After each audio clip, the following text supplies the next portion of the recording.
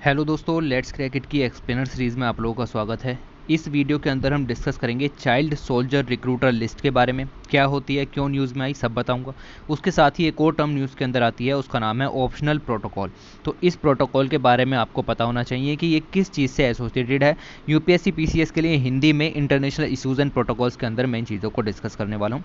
तो वीडियो को स्टार्ट करते हैं। पहले देखते हैं कि हुआ क्या है।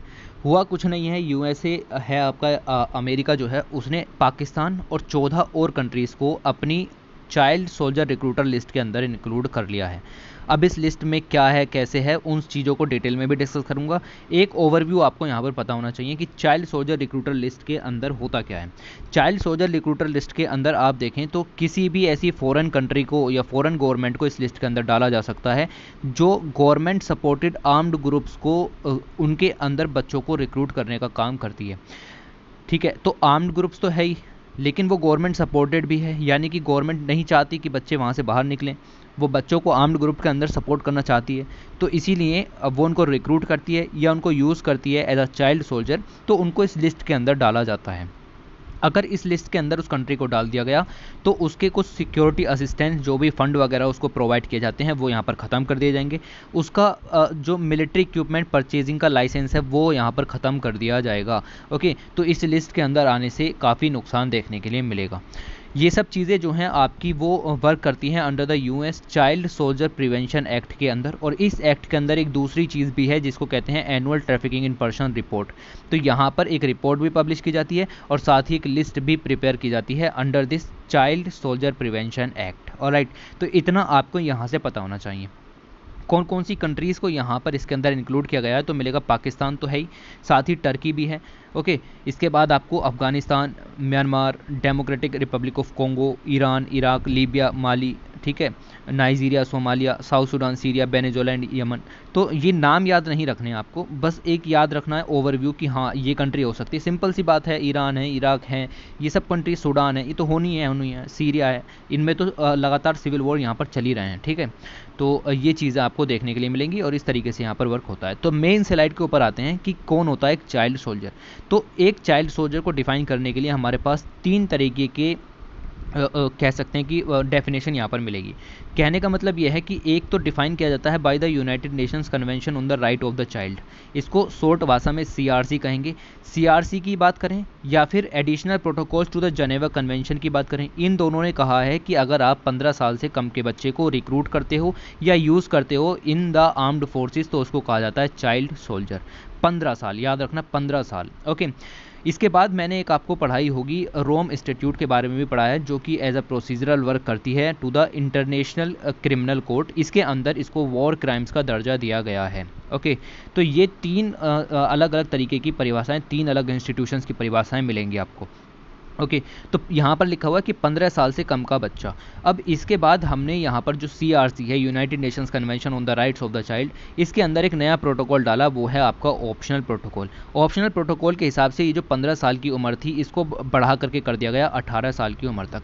यानी कि अगर आप 18 साल से कम उम्र के बच्चे को रिक्रूट करते हो या यूज़ करते हो इन द आर्म्ड फोर्सेज, चाहे वो स्टेट सपोर्टेड हो या नॉन स्टेट सपोर्टेड हो या फिर हॉस्टिलिटीज़ में डायरेक्टली एंगेज हो, उसको चाइल्ड सोल्जर कहा जाएगा। बात समझ में आई? तो ये जो 15 साल की उम्र है इसको बढ़ा करके 18 साल यहाँ पर कर दिया गया है अंडर द ऑप्शनल प्रोटोकॉल। याद रखिएगा कि किस चीज़ से रिलेटेड है ऑप्शनल प्रोटोकॉल, पीटी का बहुत सुंदर क्वेश्चन यहाँ से निकल करके आता है। आप देखिए तो यूनाइटेड स्टेट जो है वो ऑप्शनल प्रोटोकॉल की पार्टी है। इंडिया की बात करते हैं तो इंडिया भी आपका मिलेगा आपको कि ऑप्शनल प्रोटोकॉल की एक पार्टी है इंडिया भी। ओके, तो इस चीज़ को भी याद रखिएगा। कब यहाँ पर अडॉप्ट किया गया था, तो ऑप्शनल प्रोटोकॉल को अडॉप्ट किया गया था by the United nation committee on the rights of the child 2000 में, सन 2000 में इसको यहाँ पर अडॉप्ट किया गया था। और जो कन्वेंशन आपकी है on the right of the child on the involvement in the armed forces, तो ये ऑप्शनल प्रोटोकॉल का पूरा मकसद आपको पता होना चाहिए, सन 2000 में यहाँ पर ऐड किया गया। और इसका जो मकसद है, जो आर्म्ड फोर्सेज के अंदर चिल्ड्रंस को इन्वॉल्वमेंट होने से रोकना है किसी भी तरीके से। तो सीआरसी जो पहले यहाँ पर आपका ये कन्वेंशन बनाई गई थी on the rights of the child, इसके अंदर पहले 15 साल तक था, लेकिन ऑप्शनल प्रोटोकॉल ने इसको यहाँ पर बढ़ा करके 18 साल कर दिया। वेरी वेरी इंपॉर्टेंट, आपको याद रखना है इतना पॉइंट। उसके बाद एक कंट्री अगर लिस्ट के अंदर आ जाती है तो कौन कौन सी चीज़ें यहाँ पर उसके लिए प्रोहिबिटेड हो जाती हैं। तो हम यहाँ पर देखेंगे कि उसका लाइसेंस यहाँ पर रद्द कर दिया जाएगा, मतलब आप कमर्शियल तरीके से जो डिफेंस इक्विपमेंट है उनकी परचेज नहीं कर सकते। फॉरेन मिलिट्री फाइनेंसिंग जो यहाँ पर दी जाती है, जैसे यूएसए देता है पाकिस्तान को कुछ 1.2% ऑफ द जीडीपी, इस तरीके की चीज़ें। ओके, यहाँ पर मिलेगा। इंटरनेशनल मिलिट्री एजुकेशन और ट्रेनिंग के जो प्रोविज़न है वो सस्पेंड कर दिए जाते हैं, यानी कि कोई भी फॉरेन कंट्री दूसरी कंट्री में जाकर के जो भी लिस्ट के अंदर आ चुकी है उसको ट्रेनिंग नहीं दे सकता। डिफेंस आर्टिकल्स हैं यहाँ पर, पीस कीपिंग ऑपरेशन सब खत्म हो जाते हैं आपके। ओके, फिर ट्रेनिंग एंड इक्विपमेंट्स की जो सुविधा है डिफेंस की वो भी खत्म कर दी जाती हैं by the US specially. Okay, ये सब चीज़ें आपको यहाँ से देखने के लिए मिलेंगी। तो जो कंट्रीज़ इसके अंदर रखी जाती हैं वो क्या कह रही हैं, तो पाकिस्तान ने तो इसको कहा है कि ये बेसलेस है, और दूसरा यहाँ पर कह रहा है कि ये हाइपोक्रासी है और द डबल स्टैंडर्ड्स। यूएस को इसने यहाँ पर इस तरीके की चीज़ें कही हैं कि बहुत ज़्यादा बेसलेस चीज़ें इसको बताया गया है। दूसरे क्रिटिक्स जो हैं उनका कहना क्या है, उनका कहना ये है कि इंटरनेशनल ट्रीटीज़ जो भी यहाँ पर यूनाइटेड नेशंस के अंदर हैं, इंस्ट्रूमेंट्स हैं, CRC है, ऑप्शनल प्रोटोकॉल है, रोम इंस्टीट्यूट है, ठीक है, ये बहुत अच्छी चीज़ें हैं। आर्म कन्फ्लिक्ट मतलब चिल्ड्रंस जो आर्म कन्फ्लिक्ट के अंदर हैं उनको यहाँ पर रोकने के लिए ये बहुत अच्छा काम कर सकती हैं और नेसेसरी है ये tool to establish the international norms, ताकि जो बच्चों के राइट हैं, ह्यूमन राइट्स हैं, उनका एब्यूज़ ना हो। अवेयरनेस रेज करने के लिए चीज़ें बहुत अच्छी हैं, but these treaties are limited in the scope and nature and they tend to be the idealistic rather than practicable. तो ये चीज़ें बहुत हद तक आइडियलिस्टिक बताई जाती हैं, मतलब सिर्फ और सिर्फ एक काल्पनिक चीज़ें यहाँ पर रह गई हैं, प्रैक्टिकली इनका यूज़ यहाँ पर नहीं हो पा रहा है। क्यों भाई, सिंपल सी बात है, आपने सन 2000 में यहाँ पर ऑप्शनल प्रोटोकॉल लाए, उसके बाद यहाँ 21 साल हो गए, 21 साल में आपने कुछ नहीं किया, जो आज भी यूएसए को यहाँ पर अपनी 15 कंट्रीज़ को ऐड करना पड़ रहा है अपनी लिस्ट के अंदर। यानी इन कंट्रीज़ में अभी भी चिल्ड्रंस को as a child soldier use किया जा रहा है ना।